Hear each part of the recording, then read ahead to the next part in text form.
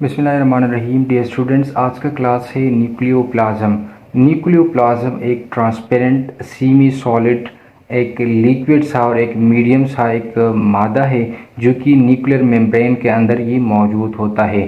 Transparent का मतलब ये है कि शफाफ है, सेमी सॉलिड है और न्यूक्लियर मेम्ब्रेन के अंदर ये मौजूद हैं। आसान अल्फाज में जो साइटोप्लाज्म न्यूक्लियस के अंदर मौजूद है उसको न्यूक्लियोप्लाज्म कहा जाता है और ये एक जेल लाइक सब्सटेंस होता है, सरिश्नुमा स्ट्रक्चर होता है जो कि सिर्फ और सिर्फ न्यूक्लियस के अंदर ये मौजूद होता है। अब ये न्यूक्लियस कौन से सेल के अंदर मौजूद होता है, तो सिर्फ और सिर्फ यूकैरियोटिक सेल के अंदर मौजूद होता है। यूकैरियोटिक सेल को यूकैरियोटिक इसलिए कहा जाता है क्योंकि उसमें न्यूक्लियस मौजूद होता है।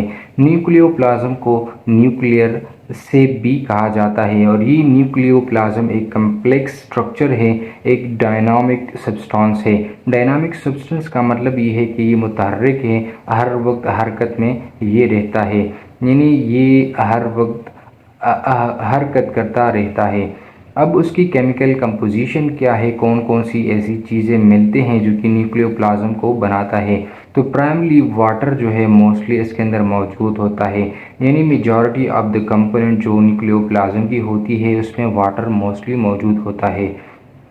इसके साथ वेरियस मॉलिक्यूल्स भी इसके अंदर मौजूद होती हैं, जैसे आरएनए है, मैसेंजर आरएनए है, राइबोसोमल आरएनए है, साथ में डीएनए है, प्रोटीन्स भी इसके अंदर मौजूद हैं, यानी वो प्रोटीन जो कि डीएनए रेप्लिकेशन में इन्वॉल्व होते हैं तो वो प्रोटीन्स भी न्यूक्लियोप्लाज्म के अंदर मौजूद हैं और इसी की वजह से ट्रांसक्रिप्शन जो है वो वकूफ़ पज़ीर होता है और साथ में जीन एक्सप्रेशन में ये इन्वॉल्व होते हैं।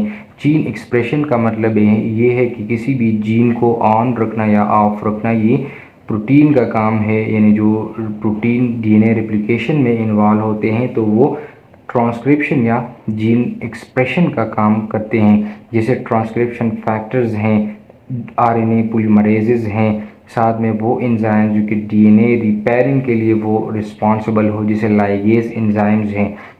इसके साथ आयंस भी इसके अंदर मौजूद होती हैं, जैसे कैल्शियम है, पोटाशियम है और मैग्नीशियम है। अब बात करते हैं फंक्शंस ऑफ न्यूक्लियोप्लाज्म की, क्योंकि न्यूक्लियोप्लाज्म जो कि सेल के अंदर मौजूद हैं एक डायनामिक स्ट्रक्चर है, कम्प्लेक्स और एक हर वक्त जो हरकत में रहता है। उसका फंक्शंस क्या है सेल के अंदर, उसकी एक्टिविटी कौन कौन सी है, तो फर्स्ट जो है वो जेनेटिक रेगुलेशन के तौर पर ये मौजूद होते हैं। जो डीएनए है वो डीएनए सेल के अंदर जो न्यूक्लियस हैं और जो न्यूक्लियोप्लाज्म है तो वहाँ पर ये डीएनए मौजूद होता है। तो अगर डीएनए जहाँ पर मौजूद है तो वहाँ पर जेनेटिक रेगुलेशन होगी, यानी साइट ऑफ जीन एक्सप्रेशन है। जीन एक्सप्रेशन वो न्यूक्लियस ही के अंदर वो वकूफ़ पज़ीर होती है, यानी किसी भी जीन को ऑफ कर दिया जाता है या उसको ऑन कर दिया जाता है। जो ट्रांसक्रिप्शन फैक्टर्स हैं और रेगुलेटरी प्रोटीन्स हैं तो ये दोनों डीएनए के साथ इंटरेक्ट कर जाते हैं, उसके साथ जुड़ जाते हैं और इसी के साथ जुड़ने की वजह से ये किसी भी जीन को इनिशिएट करता है या उसको इनहिबिट करता है कि उसकी रेगुलेशन हो या उसकी ऑन ऑफ का काम हो। जीन ट्रांसक्रिप्शन या जीन एक्सप्रेशन जो है ये इसमें दो फैक्टर्स इन्वॉल्व है, एक को ट्रांसक्रिप्शन फैक्टर्स कहते हैं और दूसरे को रेगुलेटरी प्रोटीन्स कहते हैं।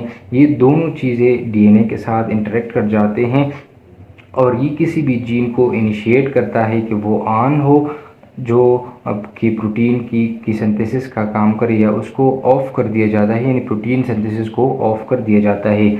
तो फर्स्ट जो उनका काम है वो जीन रेगुलेशन की है, यानी जेनेटिक रेगुलेशन। दूसरा जो उनका काम है वो डीएनए रेप्लिकेशन की है। During cell cycle DNA replicate हो जाते हैं और इसमें ये रेप्लिकेशन कहाँ पर होता है, ये न्यूक्लियोप्लाज्म के अंदर होता है। तीसरा उनका काम ये है राइबोसोम असेंबली। जो न्यूक्लियोप्लाज्म है वो राइबोसोम्स की असेंबली में बड़ा इंपॉर्टेंट रोल अदा करते हैं, यानी जो कंपोनेंट्स हैं जो कि synthesis and processing of ribosomal RNA के लिए ज़रूरी हैं, तो उन तमाम कंपोनेंट्स को इकट्ठा कर दिया जाता है और इसे राइबोसोमल की यूनिट्स जो है वो बनाई जाती हैं, जो कि एक क्रिटिकल स्टेप है प्रोटीन सिंथेसिस में। चौथा जो उनका काम है वो स्टोरेज एंड ऑर्गेनाइजेशन की है। तो स्टोरेज एंड ऑर्गेनाइजेशन ऑफ किस चीज़ की, वो जेनेटिक मटेरियल की। डीएनए वो न्यूक्लियस और न्यूक्लियोप्लाज्म के अंदर मौजूद होता है, तो ये ऑर्गेनाइज्ड फॉर्म में मौजूद होता है। जो न्यूक्लियोप्लाज्म है ये हेल्प करता है कि उसको मेंटेन रखे, डीएनए की स्टेबिलिटी को और उसके स्ट्रक्चर को और उसके जितने भी वो ज़रूरी चीज़ें हैं तो उस तमाम को न्यूक्लियोप्लाज्म वो मेंटेन रखता है।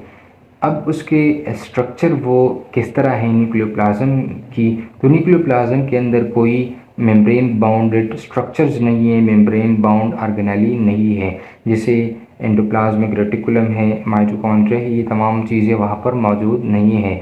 और साथ में इसके अंदर न्यूक्लियर पोर्स मौजूद होती हैं जो कि फैसिलिटेट करता है exchange of molecules between the cytoplasm of the cell and cytoplasm of the nucleus.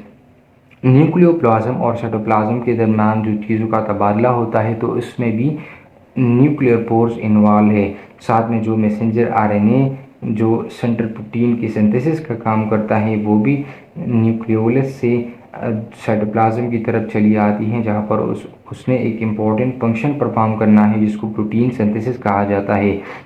तो ये था एक छोटा सा क्लास न्यूक्लियोप्लाज्म के बारे में कि न्यूक्लियोप्लाज्म एक ट्रांसपेरेंट और सेमी सॉलिड एक सब्सटेंस है जो कि न्यूक्लियर मेम्ब्रेन के अंदर मौजूद होता है, एक जेल लाइक सब्सटेंस है जो कि यूकेरियोटिक सेल के अंदर ये मौजूद हैं। न्यूक्लियोप्लाज्म को न्यूक्लियर सैप भी कहा जाता है, एक डायनामिक सब्सटेंस है। केमिकल कंपोजिशन उनकी मोस्टली वाटर से मिलकर बना होता है, साथ में मुख्तलिफ RNA, messenger RNA, ribosomal RNA, DNA और इसके साथ प्रोटीन्स भी इसके अंदर मौजूद होती हैं, जो इसके साथ एंजाइम्स भी इसके अंदर बहुत सारी मौजूद होती हैं, साथ में आयंस भी होती हैं। और उसके फंक्शंस जो है वो सबसे पहला जो उनका काम है वो जेनेटिक रेगुलेशन की है, दूसरा काम उनका डीएनए रेप्लिकेशन की है, तीसरा काम उनका राइबोसोम असेंबली की है, चौथा स्टोरेज एंड ऑर्गेनाइजेशन की है, और चौथे नंबर पर या फिफ्थ नंबर पर जो उनके स्ट्रक्चर्स हैं तो उसके अंदर कोई वो मेम्ब्रेन बाउंड ऑर्गेनेली नहीं है और इसके अंदर न्यूक्लियर पोर्स मौजूद है जो कि एक्सचेंज ऑफ मटेरियल के तौर पर मौजूद होती हैं, एक गेटवे के तौर पर मौजूद होती है। जिन चीज़ों का तबादला होता है साइटोप्लाज्म और न्यूक्लियोप्लाज्म के दरमियान तो वो न्यूक्लियर पोर्स के ज़रिए से हो जाती है।